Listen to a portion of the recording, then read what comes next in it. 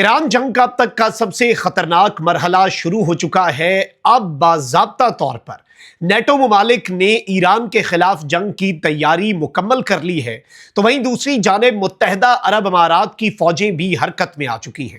یعنی اب یہ جنگ ایران کے خلاف صرف امریکہ اور اسرائیل کی جنگ نہیں رہنے والی، بلکہ اب نیٹو کے ممالک جو ہیں وہ بھی اس جنگ میں شامل ہونے جا رہے ہیں، جبکہ عرب ممالک جو ہیں وہ بھی اس جنگ کو مکمل طور پر ایک ڈیفرنٹ نہج پر لے جانے کا ارادہ کر چکے ہیں۔ بسم اللہ الرحمن الرحیم، السلام علیکم، میں ہوں مخدوم شہاب الدین۔ پیر 23 مارچ 2026 کا آغاز ہو چکا ہے۔ رات کے پچھلے پہر میں آپ سے مخاطب ہوں۔ ناظرین کرام، کچھ انتہائی عام ترین ڈیولپمنٹس ہے۔ اس وقت یہ جنگ اب پھیلنے جا رہی ہے۔ ایران کی طرف سے جو خرم شہر 4 میزائل ہے، اسے ڈیگو گارشیا کے بیس کے اوپر جو 2 بیلسٹک میزائل ایران نے داغے، اور ایران کی جو بیلسٹک میزائلز کی رینج ہے وہ 2000 کلومیٹر اعلانیہ رینج سے ڈبل نکلی 4000 کلومیٹر کی۔ اس کے بعد اب منظرنامہ تبدیل ہو رہا ہے۔ ایک جانب تو ایران جو ہے، چونکہ ایران کے جو فارمر سپریم لیڈر ہیں ان کا یہ فتویٰ موجود تھا کہ ایک تو ہم نے ایٹمی ہتھیار نہیں بنانے، دوسرا ہم نے اسرائیل کی رینج تک کے تو میزائل بنانے ہیں، بہت آگے اور لمبی رینج کے میزائل بھی ہم نے نہیں بنانے۔ البتہ اب یہ جو میزائل ہے اس نے منظرنامہ تبدیل کر دیا ہے۔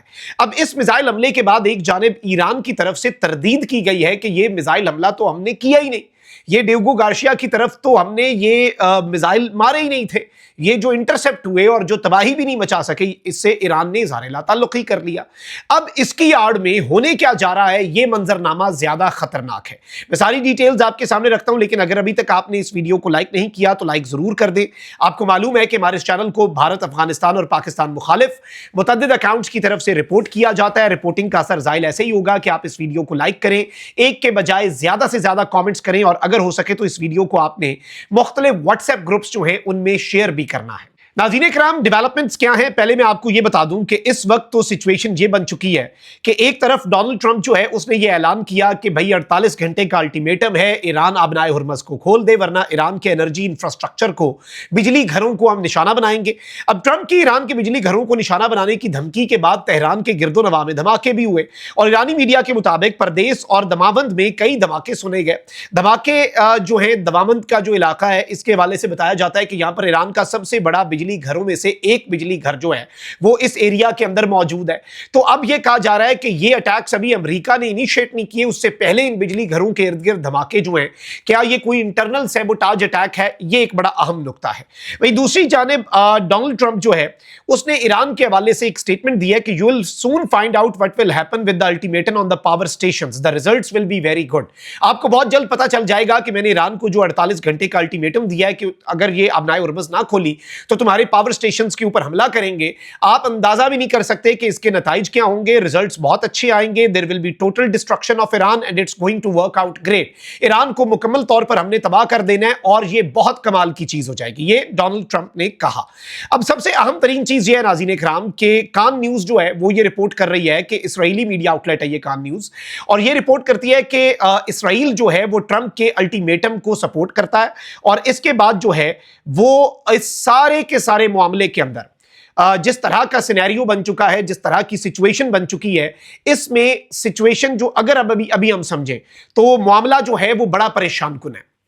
اور ایران کے حوالے سے یہ جو الٹیمیٹم ہے، اس سے پہلے جو نیٹو کی موومنٹ ہے، باقی چیزیں ہیں وہ بھی سمجھنے والی ہیں۔ سب سے پہلے تو برطانیہ کی جو نیوکلیئر آرمڈ سب میرین ہے اس نے بحیرہ عرب میں نہ صرف انٹری دی ہے بلکہ پوزیشن سنبھال لی ہے، اور برطانوی اخبار کی جانب سے دعویٰ کیا گیا ہے کہ برطانوی جوہری آبدوز نے بحیرہ عرب میں پوزیشن سنبھال لی ہے۔ برطانوی اخبار کے مطابق برطانوی جوہری آبدوز ٹوما ہاک کروز میزائلوں سے لیس ہے، یعنی مکمل طور پر تیار ہے۔ اور اب ناظرین کرام یہ بتایا جا رہا ہے کہ اس وقت سب سے اہم ترین ملک جو امپورٹنٹ ہو چکا ہے وہ ایک تو عمان بن چکا ہے۔ عمان کس طرح سے یہ میں آپ کو بتاتا ہوں، اور برٹن یعنی کہ برطانیہ اور یورپ جو ہیں وہ ملیٹریلی ایران کے اگینسٹ میدان میں آنے کے لیے تیاری کر رہے ہیں۔ برطانیہ نے جو اپنی نیوکلیئر پاورڈ سب میرین جو ہے ٹوما ہاک میزائلوں کے ساتھ لیس عریبین سی کے اندر پوزیشن کی ہے، اور بتایا یہ جا رہا ہے کہ عمان کا جو سلالہ کا ساحل ہے اس کے قریب اسے پوزیشن کیا گیا ہے، اور یو کے کو اب یہ کیپیبلٹی مل چکی ہے کہ وہ لانگ رینج سٹرائکس جو ہیں وہ ایران کے خلاف کر سکے۔ سب سے اہم ترین چیز یہ ہے کہ برطانیہ کی فورسز امریکہ کے لیے سب سے بڑا اسٹریٹجک ایسٹ ہوتی ہے، اسرائیل کے لیے بھی اور یو ایس کے لیے بھی، کیونکہ جیو پولیٹیکلی